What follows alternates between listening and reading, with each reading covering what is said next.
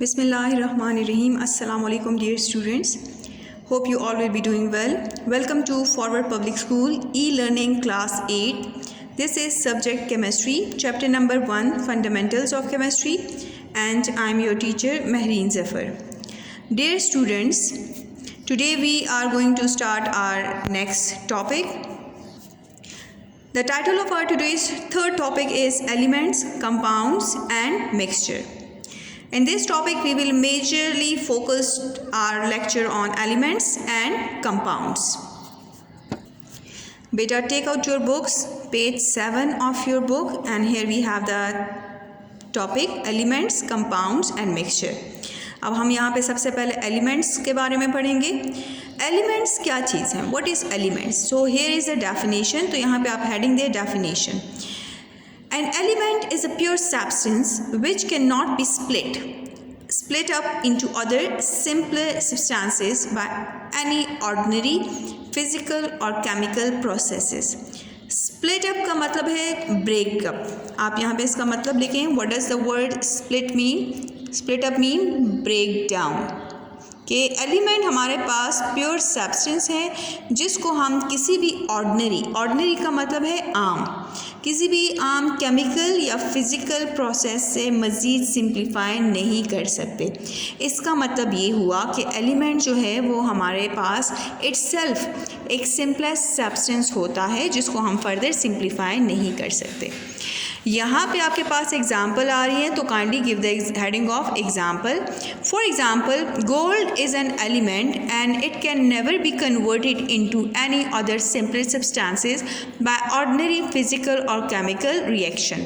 Gold हमारे पास एक element है तो गोल्ड जो है इसको हम मज़ीद सिंप्लीफाई नहीं कर सकते. क्यों नहीं कर सकते? क्योंकि एलिमेंट के बारे में अभी हमने पढ़ा कि हम ये वो सब्सटेंस है जिसको हम मज़ीद सिंपल सब्सटेंसेस में कन्वर्ट नहीं कर सकते किसी भी केमिकल रिएक्शन से, किसी भी फिज़िकल मेथड से. सो डियर स्टूडेंट्स, यहाँ पे हमारे पास एलिमेंट्स, अब क्वेश्चन आता है कि एलिमेंट्स किस चीज़ से मिलके बने हैं. सो हमारे पास एलिमेंट्स जो हैं यहाँ पे आप काइंडली अंडरलाइन करें the definition of the basic particle, basic unit of element that is atom. कि एटम एलिमेंट जो है ये आपके पास एटम से मिलके बनते हैं. सो द फंडामेंटल का मतलब ऑलरेडी हम पहले भी डिस्कस कर चुके हैं. बुनियादी unit of element is atom. कि आपके पास एटम्स कंबाइन होके एलिमेंट्स बनाते हैं. फॉर एग्ज़ाम्पल, अगर आपके पास एक पीस ऑफ मैटर है या पीस ऑफ प्योर सब्सटेंस है, इसमें जितने भी आपके पास एटम्स होंगे, लेट्स सपोज अगर ये गोल्ड का पीस मैंने लिया है तो इसमें ये जो सारे के सारे एटम्स हैं ये गोल्ड के होंगे. सो एलिमेंट्स जो होता है ये एटम से मिलके बनता है. तो बेसिक यूनिट जो है वो क्या है एलिमेंट का? That is atom. अब एटम क्या चीज़ है? एटम जो हमारे पास होते हैं they are the fundamental units of elements. Basic unit of matter और matter is called as atom. Atom जो है ये हमारे पास क्या इसका शेप क्या होता है? एटम जो है it is made up of 2 parts. Clear? एक पार्ट हमारे पास होता है न्यूक्लियस जिसको हम नाम देते हैं एज न्यूक्लियस, और दूसरा हमारे पास होता है शेल या ऑर्बिट्स. अब न्यूक्लियस के अंदर हमारे पास पॉजिटिव चार्ज होता है और न्यूट्रल चार्ज होता है. पॉजिटिव चार्ज को हम नेम करते हैं, पॉजिटिव चार्ज जो होता है it is named as, positive charge को हम नेम करते हैं एज प्रोटॉन. नेगेटिव चार्ज को हम नेम करते हैं एज इलेक्ट्रॉन. और न्यूट्रल चार्ज, न्यूट्रल का मतलब होता है नो चार्ज, उस पर कोई प्लस माइनस का साइन नहीं होता, तो उसको हम नेम करते हैं एज न्यूट्रॉन. क्लियर? तो ये जो 2 पार्टिकल्स हैं ये हमारे पास न्यूक्लियस के अंदर होते हैं, और ये जो 2 पार्टिकल्स हैं that is proton and neutron, ये हमारे पास न्यूक्लियस के अंदर होते हैं, जबकि इलेक्ट्रॉन जो होता है ये पार्टिकल हमारे पास शेल्स के अंदर मौजूद होते हैं. क्लियर? तो ये हमारे पास एटम के बारे में है कि एलिमेंट्स जो हैं वो एटम से बनते हैं. Similar atoms combine together and they give you the element. Now dear students, अब हमारे पास टोटल कितने एलिमेंट्स हैं? So scientist have discovered approximately का मतलब है तकरीबन 118 एलिमेंट्स। तकरीबन अब तक जितनी रिसर्च हुई है, डिस्कवरी हुई है, आपके पास तकरीबन 118 एलिमेंट्स अब तक डिस्कवर हो चुके हैं। अब 118 एलिमेंट्स में out of which 92 are naturally occurring elements. अब 118 में 92 जो आपके पास एलिमेंट्स हैं वो कुदरती तौर पे आपके पास मौजूद हैं, मतलब कि नेचुरल सोर्सेज में से हमें मिले हैं, जबकि while remaining the rest artificially prepared in the laboratory. Remaining कितने हमारे पास रह जाते हैं? तकरीबन 26। 118 में आउट ऑफ 118 में हमारे पास टोटल एलिमेंट्स हैं, इसमें 92 आपके पास नेचुरल है और 26 आपके पास क्या है? That is artificially prepared in the lab. Dear students, यहाँ पे आप हेडिंग दे दें एक्सप्लेनेशन की। Elements are made up of particles. Elements कौन से पार्टिकल से बने हैं? एटम से बने हैं। An atom is the smallest particle of an element that can take part in a chemical reaction. हम जब भी बात करते हैं केमिकल रिएक्शन में कौन सा एलिमेंट का कौन सा पार्ट करता है, तो दैट इज़ कि हमारे पास एटम जो है it take part in a chemical reaction.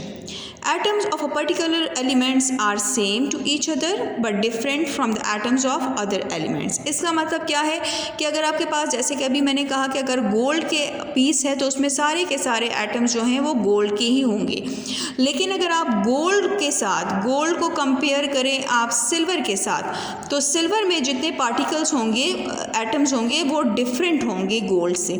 तो इट मीन्स कि आपस में तो ये सिमिलर हैं, लेकिन अगर हम दोनों एलिमेंट्स का कंपेयर करें then they will be different। Now next आपके पास क्या है कि एलिमेंट्स को हम किस चीज़ से रिप्रेजेंट करते हैं। तो यहाँ पे आप हेडिंग दें इंट्रोडक्शन की, कि हम सबसे पहले इंट्रोडक्शन की आप हेडिंग दें कि हमारे पास एलिमेंट्स की रिप्रेजेंटेशन का काम किसने किया था। अंडरलाइन करें पेंसिल से। इन 1814 Berzelius was a scientist who suggested the system for representing elements with symbol। जिस तरह हम क्लास में हर एक बच्ची का अपना एक स्पेसिफिक नेम होता है, इसी तरह हमारे पास एलिमेंट्स भी, उनको भी हम नेम से या सिंबल से रिप्रेजेंट करते हैं। अब सिंबल्स क्या चीज़ है? यहाँ पे सिंबल्स की डेफिनेशन गिवन है, काइंडली अंडरलाइन करें। सिंबल क्या है? The shortest name of an element is called symbol. Shortest name of element is called as symbol. अगर हम एलिमेंट की जगह उसका सिंबल लिख दें तो हमें आइडिया हो जाता है कि ये सिंबल किस को रिप्रेजेंट कर रहा है, किस एलिमेंट की जगह हमने लिखा है। इन मोस्ट केसेस, अब सिंबल लिखने के लिए तरीका क्या है? In most cases the first letter of the name of the element is taken as in capital letter as the symbol. अब मुख्तलिफ एलिमेंट्स हैं, कुछ हमारे पास एलिमेंट्स को अब उसके सिंबल लिखने का तरीका क्या है कि कुछ एलिमेंट्स ऐसे हैं जिनको हम उनके कैपिटल अल्फ़ाबेट से रिप्रेजेंट करते हैं, and this will become the symbol. For example, अगर आप इस टेबल में देखें तो बोरॉन का सिंबल है बी, कैपिटल बी। कार्बन का सिंबल है कैपिटल सी। फ्लोरीन का सिंबल है कैपिटल एफ। हाइड्रोजन का है एच। ऑक्सीजन का है ओ। नाइट्रोजन का है एन। सल्फर का है एस। अब आगे दूसरे केस की बात करते हैं। ये तो आपके पास सिंगल अल्फ़ाबेट पे कॉन्सिस्ट करता है। The first letter of the name of the element is taken in capital letter as the symbol. In some cases, now we have case number 1. यहाँ पे आप हेडिंग दें केस नंबर 1। अगर आपके पास आपका एलिमेंट का सिंबल एक ही अल्फ़ाबेट पे कॉन्सिस्ट करता है, जिस तरह यहाँ पे आप देख रहे हैं, तो ये आपने कैपिटल अल्फ़ाबेट्स में से शो करना है। यहाँ पे आप हेडिंग दें केस 2। लेकिन अगर आपके पास ऐसे सिंबल्स आ जाए जो दो अल्फ़ाबेट्स पे कॉन्सिस्ट करते हैं, in some cases where the first letter has, in such cases where the first letter has already been used, then the initial letter in capital together with a small any other letter from its name are used। लेकिन अगर already, जिस तरह अगर आप देखें carbon के लिए हमने सी लिखा है, तो कैल्शियम के लिए हम सी नहीं लिख सकते क्योंकि वो ऑलरेडी कार्बन को असाइन हो चुका है। तो इसके लिए रूल क्या बना है कि फिर आप उसी एलिमेंट के नाम में से कोई दूसरा अल्फ़ाबेट उसके साथ अटैच करें, लेकिन वो जो दूसरा अल्फ़ाबेट आप अटैच करोगे it should be in small, capital letter में नहीं होगा, वो स्मॉल लेटर में होगा। जैसे कि अगर आप देख सकते हैं इस टेबल में हमारे पास एल्युमिनियम का सिंबल जो है इट कॉन्सिस्ट ऑफ 2 अल्फ़ाबेट। तो फर्स्ट अल्फ़ाबेट आपके पास कैपिटल है और सेकंड आपके पास स्मॉल है। इसी तरह कैल्शियम का फर्स्ट अल्फ़ाबेट कैपिटल है, सेकंड स्मॉल है। मैग्नीशियम का कैपिटल फर्स्ट कैपिटल है, सेकंड स्मॉल है। सो अगर मैं आपको ये रीड करके बता दूं, in some cases where the first letter has already been used then the initial letters in capital together with the small any other letter from its nature name are used.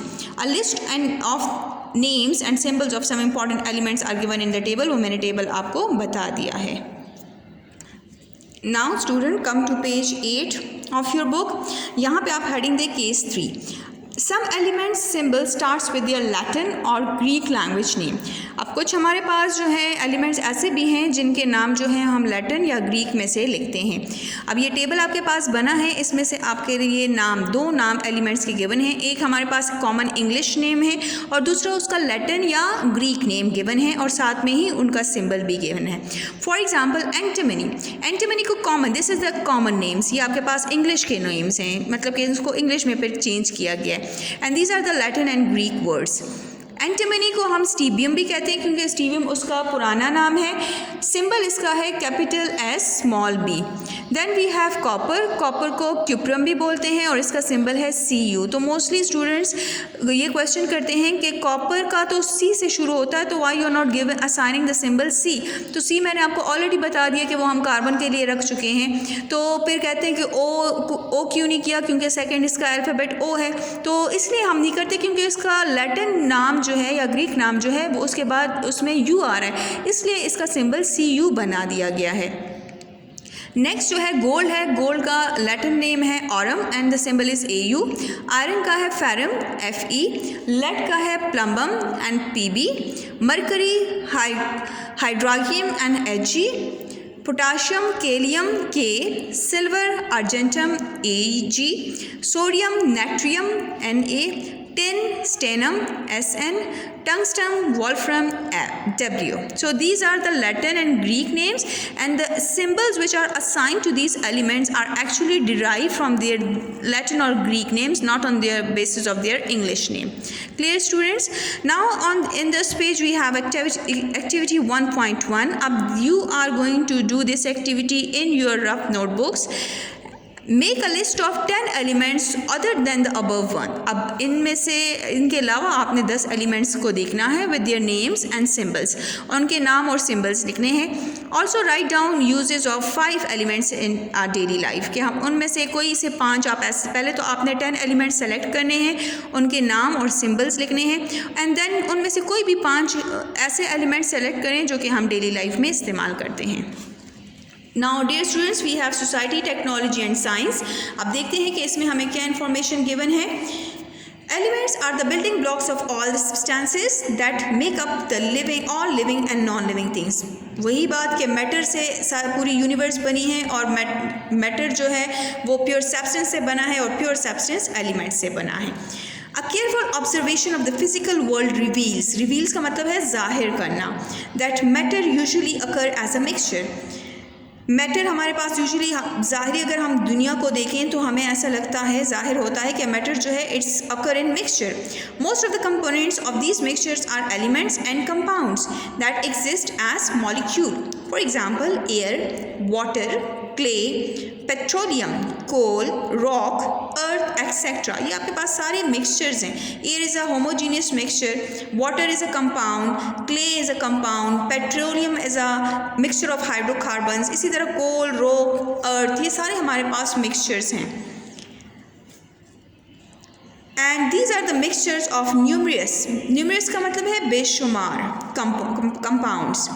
Living things contain thousands of different substances such as carbohydrates. अगर आप अपनी human body को हम observe करें तो इसमें आपको carbohydrates, protein, fats, lipids, DNA, RNA et cetera आपको मिल जाते हैं। All these substances are molecular in nature.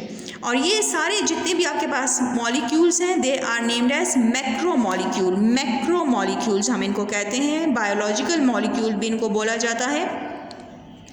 क्योंकि ये इनसाइड हमारी बॉडी आपके पास आप कार्बोहाइड्रेट्स लेते हैं, फूड में आपके पास प्रोटीन आपके पास बॉडी में मौजूद हैं, आपके hair nails they are made up of proteins, इसी तरह फैट्स, लिपिड्स, डीएनए आरएनए आपके पास जेनेटिक मटीरियल्स हैं। तो ये सारे आपके पास क्या हैं, मैक्रोमोलिक्यूल्स हैं। तो we can simply say that कि हमारी पूरी बॉडी जो है it is made up of elements. Now dear students, come to page 9 of your book and here we have a scientific information। अब देखते हैं scientific information में हमारे पास क्या information है। Gallium having a symbol Ga, underline करें इसको, atomic number of 31 and atomic mass of 69.723। It is silvery soft metal in nature। Gallium is never found in free state, क्योंकि ये बहुत रिएक्टिव होता है तो ये कभी भी फ्री स्टेट में आपको नहीं मिलेगा। फ्री स्टेट में मीन अकेला आपको नहीं मिलेगा। Gallium has some very unique mean different properties. For example, अब इसकी ये डिफरेंट प्रॉपर्टीज़ क्या है। Although it is a solid at room temperature, it is still so soft solid that we can cut with a knife. ये इतना, although ये solid में आपको अगर आप पिक्चर में देख लें तो आपको सॉलिड शक्ल में नज़र आता है, लेकिन इतना सॉफ्ट होता है कि हम इसको नाइफ के थ्रू कट कर सकते हैं। Now, what is the melting point of gallium? It has a melting point of 29.76 degree. So a lump का मतलब है piece, टुकड़ा। A lump of gallium, it would melt from the warmth of your hand। अगर आप एक छोटा सा टुकड़ा अपने हाथ के ऊपर रख देना तो आपके हाथ की गर्माई से ही वो मेल्ट हो जाता है। डियर स्टूडेंट, नेक्स्ट टॉपिक हमारे पास क्या है, कंपाउंड, और इसकी डेफिनेशन हमारे पास क्या है, काइंडली अंडरलाइन करें definition. Compound is a pure substance consist of 2 or more different types of elements chemically combined together in a fixed ratio by mass। now हम कंपाउंड की बात करते हैं कि कंपाउंड जो हमारे पास बनते हैं वो 2 या 2 से ज़्यादा एलिमेंट्स मिल के कंपाउंड बनाते हैं, लेकिन ये जो एलिमेंट्स हम मिला रहे हैं इनकी रेशो जो है बाय मास हमने फिक्स रखनी है। ये नहीं है कि हम अपनी मर्ज़ी से कोई भी रेशो में इनको मिक्स कर दें, नहीं, रेशो इनकी हमेशा फिक्स्ड होती है। In the formation of a compound, the component element must undergo chemical change। Obviously compounds बनते हैं, chemical reaction होता है, तो ये chemically combined होते हैं। इनकी combination जो अब हम करते हैं तो the combination is always chemical। The properties of the compounds are different from the elements from which it is made up of। अब ये जो compounds बन जाते हैं, elements को हम मिलाते हैं और हमारे पास नए compounds बन जाते हैं, तो इनकी जो properties आती हैं वो उन elements से match नहीं करती जिनसे ये मिलके बने होते हैं। For example, water is a compound। It is made up of 2 elements, hydrogen and oxygen। The ratio of hydrogen atom to oxygen atom in water is it is always 2:1। Changing this ratio will give a different compound। For example, adding 1 more oxygen atom give a ratio of 2:2 and the resulting compound will be called as hydrogen peroxide। Dear students, अगर आप देखें कि हम element hydrogen को और oxygen को मिलाते हैं तो हमारे पास एक नया कंपाउंड बन जाता है वाटर, क्लियर, जिसका फॉर्मूला है वाटर। तो अब हम क्या करते हैं कि ये जो वाटर है इसकी प्रॉपर्टीज़ ना तो हाइड्रोजन से मिलेंगी और ना ही ये ऑक्सीजन से मैच करेगी, बल्कि इसकी एक नई प्रॉपर्टीज़ डेवलप हो जाती है। अब अगर हम देखें वाटर का फॉर्मूला है H2O, this is water, clear. Water का फॉर्मूला क्या है, H2O। इसमें कितने हाइड्रोजन है, 2, और कितने ऑक्सीजन है, 1। तो चाहे आप दुनिया के किसी कोने का पानी भी लें, वाटर लें, उसमें हमेशा हाइड्रोजन टू ऑक्सीजन रेशो 2:1 रहेगी। लेकिन अगर हम अब इस रेशो को अगर डिस्टर्ब कर दें, इसमें हम एक और ऑक्सीजन ऐड कर दें, तो आपके पास फॉर्मूला बन जाएगा H2O2। अब क्या हम इसको वाटर कह सकते हैं, नहीं, क्योंकि अब इसकी रेशो बन गई है 2:2, तो हम इसको वाटर नहीं कह सकते। अब इसका नाम ये एक नया कंपाउंड बन जाता है जिसको हम कहते हैं hydrogen peroxide। This is a totally new compound। We will not call it water anymore because here the ratio is different from water। In water we have a ratio of 2:1 while in hydrogen peroxide we have a ratio of 2:2। बताने का मकसद ये है कि जब भी compounds बनते हैं they have a fixed ratio by mass। इनका fixed ratio होता है। जैसे कि आप डायग्राम में देख सकते हैं कि यहाँ पे वाटर भी आपके पास है और हाइड्रोजन पेरोक्साइड भी। वाटर में रेशो 2:1 है और हाइड्रोजन में पेरोक्साइड में 2:2। अब जिस तरह एलिमेंट्स को रिप्रेजेंट करने के लिए हम सिंबल इस्तेमाल करते हैं, कंपाउंड को रिप्रेजेंट करने के लिए हम फार्मूले इस्तेमाल करते हैं। सो व्हाट इज़ फार्मूला, यहाँ पे आप इसकी डेफिनेशन की हेडिंग दे दें कि दिस इज़ द डेफिनेशन और इसको अंडरलाइन करें। A compound is always represented by chemical formula, या हम इसको सिंपल फार्मूला भी कहते हैं। Now what is formula? A formula shows the symbol of the elements of which the compound is made and their combining ratio to each other.